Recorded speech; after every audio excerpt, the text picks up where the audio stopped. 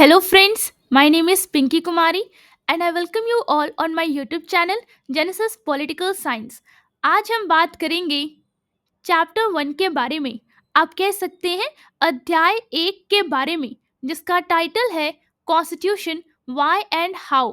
आप कह सकते हैं संविधान मतलब कॉन्स्टिट्यूशन, क्यों और कैसे मतलब वाई एंड हाउ। और यह इस चैप्टर का पार्ट 1 है और हम फॉलो कर रहे हैं आपकी NCERT text book, that is Indian constitution at work. चलिए हम इस चैप्टर को एक सिंपल और इजी तरीके से समझने की कोशिश करते हैं, डायरेक्ट आपके एनसीईआरटी टेक्स्ट बुक के पेजेस को रीड करके। आपसे मेरा ये रिक्वेस्ट है कि इस वीडियो को जब भी देखें आप अपने एनसीईआरटी टेक्स्ट बुक के साथ बैठें। सबसे पहले हम बात करेंगे इंट्रोडक्शन के बारे में। आप कह सकते हैं परिचय के बारे में। This book is about the working of the Indian constitution. आप कह सकते हैं कि यह पुस्तक मतलब बुक भारतीय संविधान मतलब इंडियन कॉन्स्टिट्यूशन के कामकाज के बारे में है। In the chapters that follow, you will read information about various aspects of the working of our constitution. आप कह सकते हैं कि आगे आने वाले अध्यायों में मतलब चैप्टर्स में आप हमारे संविधान मतलब कॉन्स्टिट्यूशन के कार्य के विभिन्न पहलुओं के बारे में जानकारी पढ़ेंगे।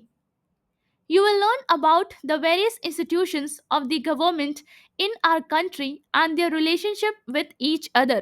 आप कह सकते हैं कि आप हमारे देश की सरकार की विभिन्न संस्थाओं मतलब वेरियस इंस्टीट्यूशंस और उनके आपसी संबंधों के बारे में जानेंगे। But before you begin to read about elections, governments and presidents and prime ministers, आप कह सकते हैं कि लेकिन चुनावों मतलब इलेक्शंस, सरकारों मतलब गवर्नमेंट्स, राष्ट्रपति मतलब प्रेसिडेंट और प्रधानमंत्रियों मतलब प्राइम मिनिस्टर्स के बारे में पढ़ना शुरू करने से पहले it is necessary to understand that the entire structure of the government and the various principles that bind the institutions of government have their origin in the Constitution of India. आप कह सकते हैं कि यह समझना आवश्यक है कि सरकार की पूरी संरचना मतलब entire structure of the government और सरकार की संस्थाओं मतलब कि आप कह सकते हैं कि इंस्टीट्यूशंस ऑफ द गवर्नमेंट को बांधने वाले विभिन्न सिद्धांतों मतलब वेरियस प्रिंसिपल्स की जड़ भारत के संविधान मतलब कॉन्स्टिट्यूशन ऑफ इंडिया में है। After studying this chapter you will learn. आप कह सकते हैं कि इस अध्याय मतलब इस चैप्टर का अध्ययन करने के बाद आप जानेंगे।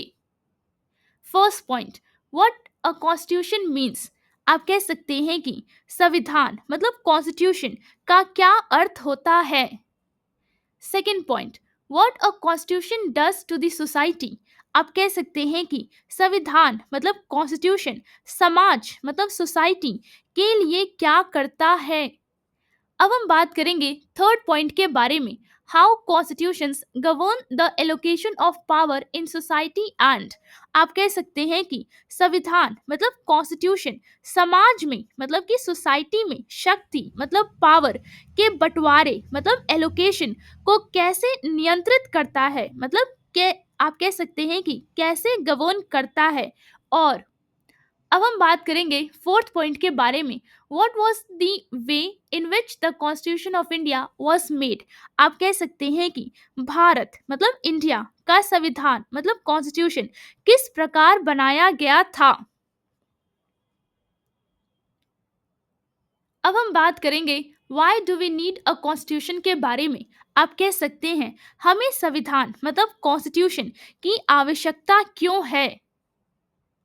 What is a constitution. आप कह सकते हैं कि संविधान मतलब कॉन्स्टिट्यूशन क्या है। What are its functions. आप कह सकते हैं कि इसके कार्य क्या हैं। What role does it perform for a society. आप कह सकते हैं कि यह समाज मतलब सोसाइटी के लिए क्या भूमिका निभाता है। How does a constitution relate to our daily existence? आप कह सकते हैं कि संविधान मतलब कॉन्स्टिट्यूशन हमारे दैनिक जीवन से कैसे जुड़ा हुआ है? Answering these questions is not as difficult as you might think. आप कह सकते हैं कि इन प्रश्नों मतलब इन क्वेश्चंस का उत्तर देना मतलब आंसर देना उतना कठिन नहीं है जितना आप सोचते हैं। अब हम बात करेंगे constitution allow us coordination and assurance के बारे में। आप कह सकते हैं संविधान मतलब कॉन्स्टिट्यूशन समन्वय मतलब कोऑर्डिनेशन और आश्वासन मतलब एश्योरेंस की अनुमति देता है। Imagine yourself to be a member of a reasonably large group. आप कह सकते हैं कि अपने आप को एक पर्याप्त बड़े समूह मतलब रीजनेबली लार्ज ग्रुप का सदस्य मतलब मेंबर मानिए। Further imagine that this group has the following characteristics. आप कह सकते हैं कि आगे कल्पना मतलब इमेजिन कीजिए कि इस समूह मतलब इस ग्रुप की निम्नलिखित विशेषताएं हैं मतलब फॉलोइंग कैरेक्टरिस्टिक्स हैं। The members of this group are diverse in various ways. आप कह सकते हैं कि इस समूह मतलब इस ग्रुप के सदस्य मतलब मेंबर्स कई तरीके से भिन्न हैं। They have different religious allegiances. Some are Hindus, some are Muslims, some Christians, and some perhaps profess no religion at all. आप कह सकते हैं कि उनकी धार्मिक आस्थाएं मतलब रिलीजियस एलिजेंसेस अलग अलग हैं मतलब डिफरेंट हैं। कुछ हिंदू हैं मतलब सम आर हिंदूज, कुछ मुस्लिम हैं मतलब सम आर मुस्लिम्स, कुछ ईसाई हैं मतलब सम क्रिश्चियंस, और कुछ शायद किसी धर्म में विश्वास ही नहीं करते। आप कह सकते हैं कि and some perhaps profess no religion at all. They are also varied in many different respects. आप कह सकते हैं कि वे कई अन्य मामलों में भी अलग अलग हैं। They pursue different professions, have different abilities, have different hobbies, different taste in everything from films to books. आप कह सकते हैं कि वे अलग अलग पेशे करते हैं मतलब दे pursue different professions। उनकी क्षमताएं अलग हैं मतलब they have different abilities। उनके शौक अलग हैं मतलब they have different hobbies। और फिल्मों से लेकर किताबों तक हर चीज में उनकी पसंद अलग है। आप कह सकते हैं कि they have different taste in everything from films to books. Some are rich and some are poor. आप कह सकते हैं कि कुछ अमीर हैं मतलब कुछ रिच हैं और कुछ गरीब हैं मतलब पुअर हैं। Some are old and some young. Some are old some young. आप कह सकते हैं कि कुछ बुजुर्ग हैं मतलब सम आर ओल्ड और कुछ युवा हैं मतलब some young. Imagine further that members of this group are likely to have disputes over various aspects of life. आप कह सकते हैं कि अब कल्पना कीजिए मतलब इमेजिन कीजिए कि इस समूह मतलब इस ग्रुप के सदस्यों मतलब मेंबर्स में जीवन के विभिन्न पहलुओं पर मतभेद हो सकते हैं। How much property should one be allowed to own? आप कह सकते हैं कि किसी व्यक्ति को कितनी संपत्ति मतलब प्रॉपर्टी रखने की अनुमति होनी चाहिए? Should it be compulsory that every child be sent to school or should the parents be allowed to decide? आप कह सकते हैं कि क्या यह अनिवार्य होना चाहिए कि हर बच्चे को स्कूल भेजा जाए या माता पिता को निर्णय लेने की अनुमति होनी चाहिए? How much should this group spend on it's safety and security?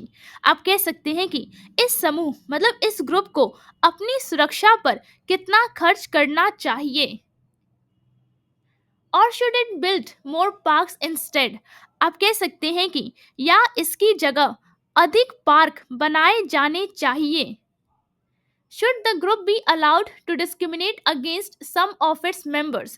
आप कह सकते हैं कि क्या इस समूह मतलब ग्रुप को अपने कुछ सदस्यों मतलब कि मेंबर्स के साथ भेदभाव करने की अनुमति होनी चाहिए? Every question will elicit a variety of answers from different people. आप कह सकते हैं कि हर प्रश्न मतलब every question के अलग अलग लोगों से विभिन्न उत्तर मिलेंगे. But for all their diversity, this group has to live together. आप कह सकते हैं कि लेकिन अपनी सभी भिन्नताओं के बावजूद मतलब but for all their diversity इस समूह को साथ में रहना होगा मतलब this group has to live together. They are dependent upon each other in various ways. आप कह सकते हैं कि वे कई तरह से एक दूसरे पर निर्भर हैं. They require the cooperation of each other. आप कह सकते हैं कि उन्हें एक दूसरे के सहयोग मतलब कोऑपरेशन की आवश्यकता है. What will enable the group to live together peacefully. आप कह सकते हैं कि ऐसा क्या होगा जिससे यह समूह मतलब ग्रुप शांति से साथ रह सकें. One may say that perhaps members of this group can live together if they can agree on some basic rules. आप कह सकते हैं कि कोई कह सकता है कि शायद इस समूह मतलब कि ग्रुप के सदस्य मतलब मेंबर्स एक साथ रह सकते हैं यदि वे कुछ बुनियादी नियमों मतलब सम बेसिक रूल्स पर सहमत हो जाएं. Why will the group need certain basic rules? आप कह सकते हैं कि इस समूह को मतलब इस ग्रुप को कुछ बुनियादी नियमों मतलब कि सर्टन बेसिक रूल्स की आवश्यकता क्यों होगी.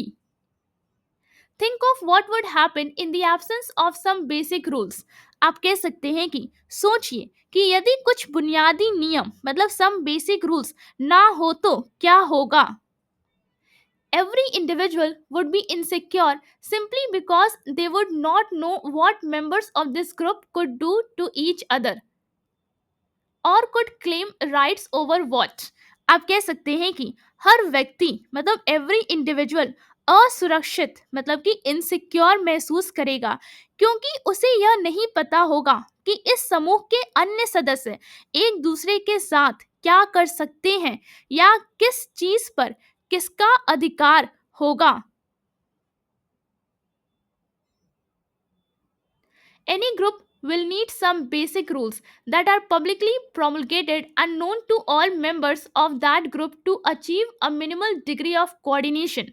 आप कह सकते हैं कि किसी भी समूह को मतलब किसी भी ग्रुप को कुछ ऐसे बुनियादी नियमों मतलब कि सम बेसिक रूल्स की आवश्यकता होती है जो सार्वजनिक रूप से घोषित किए गए हों मतलब कि पब्लिकली प्रोमुलगेट किए गए हों और उस समूह के सभी सदस्यों को ज्ञात हो ताकि न्यूनतम स्तर मतलब कि मिनिमल डिग्री का समन्वय मतलब कोऑर्डिनेशन स्थापित हो सके. But these rules must not only be known, they must also be enforceable.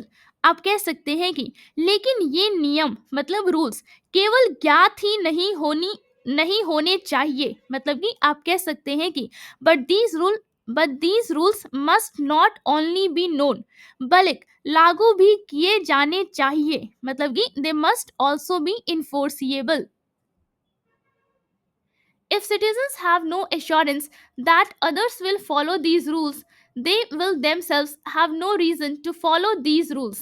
आप कह सकते हैं कि यदि नागरिकों मतलब सिटीजन्स को यह भरोसा ना हो कि दूसरे लोग इन नियमों का पालन करेंगे तो उनके पास स्वयं इन नियमों का पालन करने का कोई कारण नहीं रहेगा. Saying that the rules are legally enforceable gives an assurance to everybody that others will follow these. For if they do not do so, they will be punished. आप कह सकते हैं कि यह कहना कि नियम कानूनी कानूनी रूप से लागू किए जा सकते हैं मतलब कि saying that the rules are legally enforceable सभी को यह आश्वासन देता है कि अन्य लोग इनका पालन करेंगे. आप कह सकते हैं कि gives an assurance to everybody that others will follow these क्योंकि यदि वे ऐसा नहीं करेंगे तो उन्हें दंडित किया जाएगा. आप कह सकते हैं कि for if they do not do so, they will be punished. The first function of a constitution is to provide a set of basic rules that allow for minimal coordination amongst members of a society. आप कह सकते हैं कि संविधान मतलब कि constitution का पहला कार्य मतलब फर्स्ट फंक्शन यह है कि वह कुछ बुनियादी नियमों मतलब बेसिक रूल्स का एक समूह प्रदान करे जो समाज मतलब सोसाइटी के सदस्यों मतलब मेंबर्स के बीच न्यूनतम समन्वय मतलब कि मिनिमल कोऑर्डिनेशन की अनुमति दे। उम्मीद करती हूँ जो पेजेस आज हमने डिस्कस किया वो आपको एक सिंपल और इजी तरीके से समझ में आया होगा। अगर वीडियो अच्छा लगा हो तो लाइक और सब्सक्राइब करना ना भूलिए, शेयर जरूर करें और अपने दोस्तों को भी इस चैनल के बारे में बताइए। कमेंट्स में अपनी राय जरूर दें, बेल आइकन पे क्लिक करें ताकि अगला वीडियो मिस ना हो। Before ending, I just want to thank you for watching this video and giving your time.